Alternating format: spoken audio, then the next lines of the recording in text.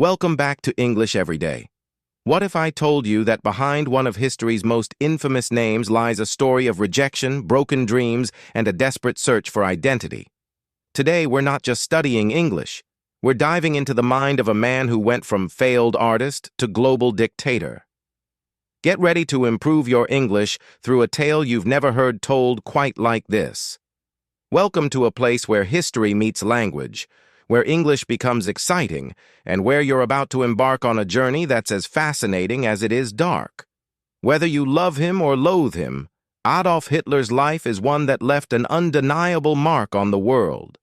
But beyond the speeches and wars, there's a human story, a tale of ambition, loss, and the terrifying power of influence. It all began on April 20th, 1889, in a small town called Braunau am Inn, nestled in the rolling landscapes of Austria. On that day, a baby boy named Adolf was born to Alois and Clara Hitler.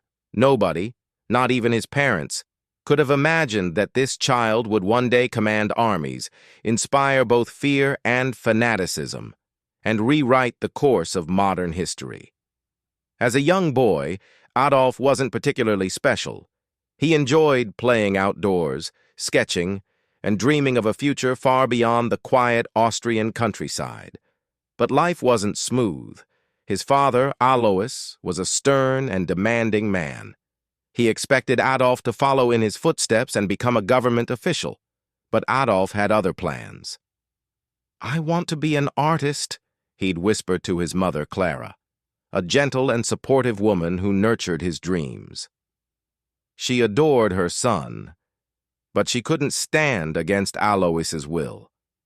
Their home often echoed with arguments, Alois yelling that art was a foolish pursuit, and young Adolf swallowing his tears in silence. Then, at the age of 13, tragedy struck. Alois died suddenly. Some thought Adolf might feel liberated, but instead, the loss carved a hollow space in his heart. Without the rigid presence of his father, Adolf's discipline unraveled. Once a decent student, he began skipping school. Teachers noted, "Adolf is intelligent but lazy. All he wanted was to draw."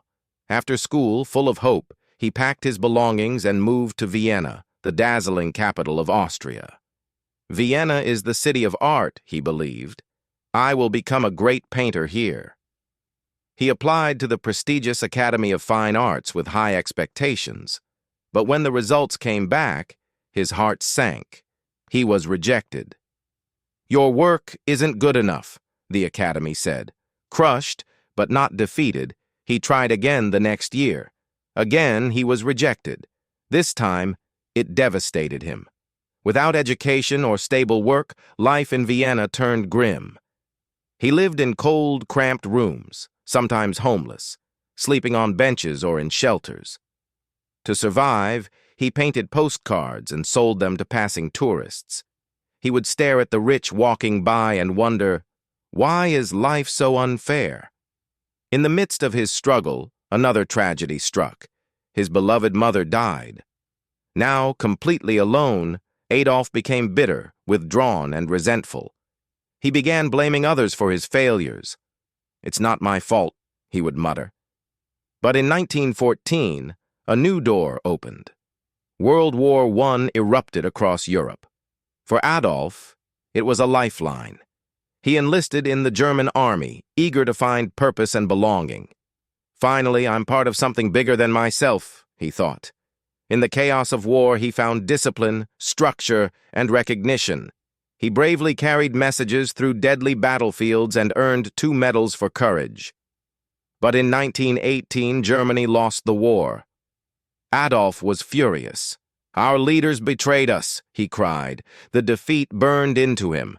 He believed Germany had been humiliated and needed someone strong to restore its former glory.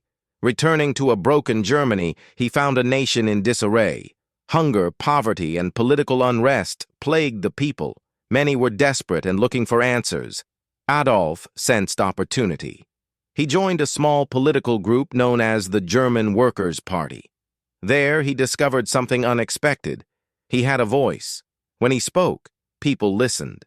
His speeches were electrifying, filled with fury, passion, and promises. "Germany will rise again," he declared.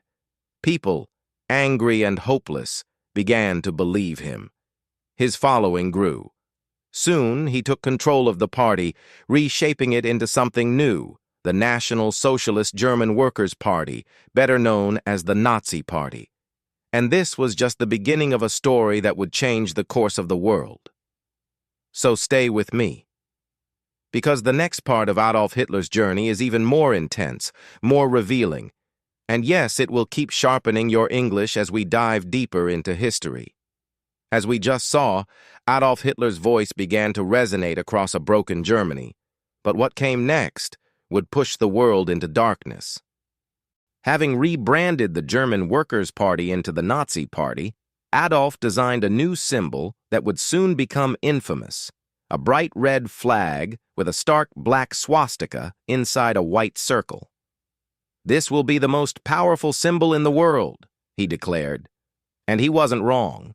The symbol would go on to represent one of the most terrifying movements in history. His speeches became legendary. Thousands gathered to hear him speak in massive halls and open fields. To the desperate, hopeless masses, his words were like a spark of life, promising strength, prosperity, and national pride. But underneath the excitement was a dangerous truth. Adolf Hitler's dream was rooted in exclusion and hatred. He blamed specific groups, especially Jewish people, for Germany's suffering and preached that Germany should belong only to real Germans. After World War I, Germany was in ruins. Inflation was out of control. Jobs were scarce. Food was expensive. Families were going hungry. The Treaty of Versailles had forced Germany to pay huge amounts of money to other nations, and many citizens felt humiliated and abandoned. In this chaos, Adolf offered a clear, if toxic, explanation. "It's not your fault," he assured the people. "I know who is to blame." His message gave people something to believe in, but also someone to blame. The anger in the streets now had a direction. His popularity exploded. He held rallies, delivered passionate speeches, and spread a message of hope tainted with hate. "Germany can be great again," he shouted as crowds clapped, cheered, and saluted. In 1923, drunk with ambition, Adolf tried to seize power through a failed coup in Munich, an event that became known as the Beer Hall Putsch. The attempt failed miserably, and he was arrested. Adolf spent 9 months in prison. There, he wrote Mein Kampf, My Struggle, a book that laid out his ideology and future goals. In it, he declared that Germany needed to become strong again and blamed Jews and other minorities as obstacles to that strength. The book became a bestseller in Germany, spreading his dangerous ideas to a wider audience. Once released, Adolf returned to politics with renewed focus. Slowly but surely, the Nazi Party gained traction. By 1933, after years of calculated strategy, propaganda, and manipulation, Adolf Hitler was named Chancellor of Germany, the nation's top leader. This marked a dramatic turning point. Publicly, he promised jobs, rebuilt the military, and declared a brighter future for Germany. Many believed him. He launched massive infrastructure projects, roads, factories, schools. Unemployment dropped. On the surface, Germany was recovering. People were smiling again. "Hitler is a hero," they whispered. But beneath that shiny new image was something terrifying. Adolf began silencing all opposition. He took control of newspapers, radio broadcasts, and schools. Children were taught to worship him. Citizens were told, "Only believe in Hitler." Those who resisted were punished. Many were imprisoned or disappeared. Adolf created the SS, a secretive and brutal elite army, and the Hitler Youth, a group of young boys trained to fight and spread Nazi ideology. The swastika began to appear everywhere, in shops, on uniforms, in classrooms. It had become more than a symbol. It was a warning. Hitler's speeches grew even more aggressive. "Germany is the best. We will rule the world," he shouted. Crowds responded with deafening chants of Heil Hitler! In 1939, Adolf made his boldest move yet. He ordered the German army to invade Poland. That single act triggered World War II. At first, Hitler's army was unstoppable. His soldiers were well-equipped, highly trained, and driven by a belief that they were destined to rule. Country after country fell under Nazi control. But as the war dragged on, cracks began to show. Adolf had made too many enemies. Resistance grew, and then the world began to uncover something far worse. As battles raged, Adolf carried out a horrific plan, the extermination of Jews and others he deemed unworthy. This became known as the Holocaust, one of the darkest and most painful chapters in human history. Millions of innocent people were rounded up, forced into camps, and murdered in cold blood. By 1944, the tide had turned. Germany was losing the war.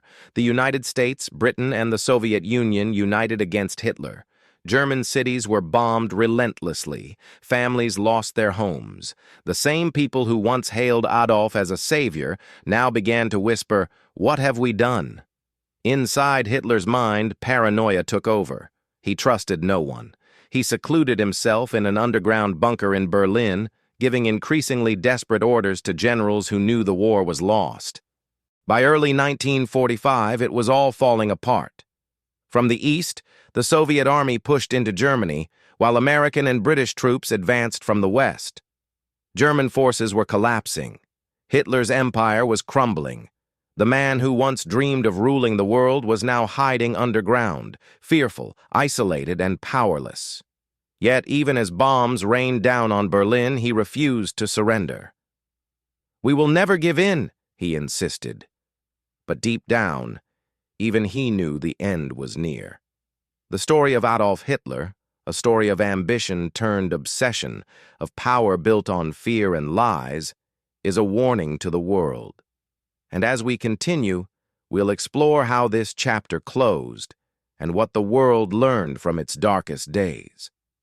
As we left off, Adolf Hitler, once a man who sought to rule the world, was now confined to a cold underground bunker, his empire crumbling around him.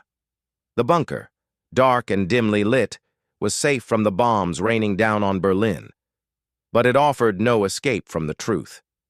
Outside, the Soviet army advanced rapidly, the thunder of artillery growing louder with each passing day. Inside, Adolf remained obsessed with planning and issuing orders, though it was clear there was little hope left. He was surrounded by his most loyal followers, and by his longtime companion, Eva Braun. Eva had stayed with Adolf through the highs and lows, though he had kept their relationship private for years. She loved him, even in these final desperate hours. As the city above them burned, the air inside the bunker grew heavier, filled with silence, whispers, and dread. Leaders from around the world urged Hitler to surrender. "Save your people," they pleaded, but Adolf refused. He saw surrender not as mercy but as weakness. "If Germany falls, it is because the people were not strong enough," he said coldly. His heart had hardened. The fate of the country no longer mattered. Only his pride did. By late April 1945, Berlin was encircled by the Soviet army. Explosions rocked the city as buildings collapsed, fires raged, and civilians fled in terror. Amid this destruction, Adolf made a startling decision. On April 29th, deep inside the bunker, he married Eva Braun. The ceremony was brief, attended only by a few loyal aides. "You've always been by my side, Eva," he said. She smiled faintly, knowing this moment was not one of joy, but farewell. They spent the night reflecting on their lives and the choices that brought them to this point. Both understood that the end was near. The next day, April 30th, 1945, Adolf summoned his closest followers. "I will not be captured alive," he declared.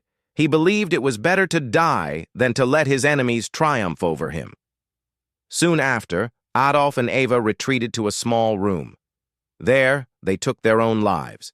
He was 56 years old. When the Soviet soldiers finally broke into the bunker, they discovered the lifeless bodies of Adolf and Eva. The war in Europe came to an end shortly afterward. On May 8, 1945, Germany officially surrendered. The country lay in ruins. Hitler's dream of creating a powerful Germany had ended in total devastation. Millions of lives were lost. Entire cities were destroyed. Families were torn apart. Adolf Hitler's vision, born from hatred, ambition, and arrogance, had brought only pain and destruction. But after his death, the world began to rebuild. Germany, scarred and humbled, transformed into a peaceful nation. People came together to ensure the horrors of the Holocaust and World War II would never happen again. Today, Adolf Hitler's name is a symbol, a warning of how unchecked hatred, blind ambition, and the misuse of power can lead to unimaginable tragedy. His life reminds us that every decision we make, every word we speak, shapes not only our own lives, but the lives of others around us. His actions serve as a cautionary tale. It reminds us to think before we act, to weigh our words, and to lead with compassion. History teaches us not only what happened, but what must never happen again. We must choose wisely. Choose kindness over cruelty. Choose unity over division. Choose humility over pride. Choose peace over conflict. Because every time we make the right choice, we help build a world filled with hope, not regret. A world where people lift each other up, not tear each other down. This was the story of Adolf Hitler, a man who changed the course of history, not through greatness, but through the consequences of dangerous ideas, failed empathy, and ruthless ambition. His story is not just a history lesson, it is a mirror, a warning, and a guide. Thank you for joining us on this journey. If you found this story meaningful and want to continue learning English through powerful real-life tales, don't forget to like, share, and subscribe to English Every Day. We bring history to life and language to your heart. See you in the next story.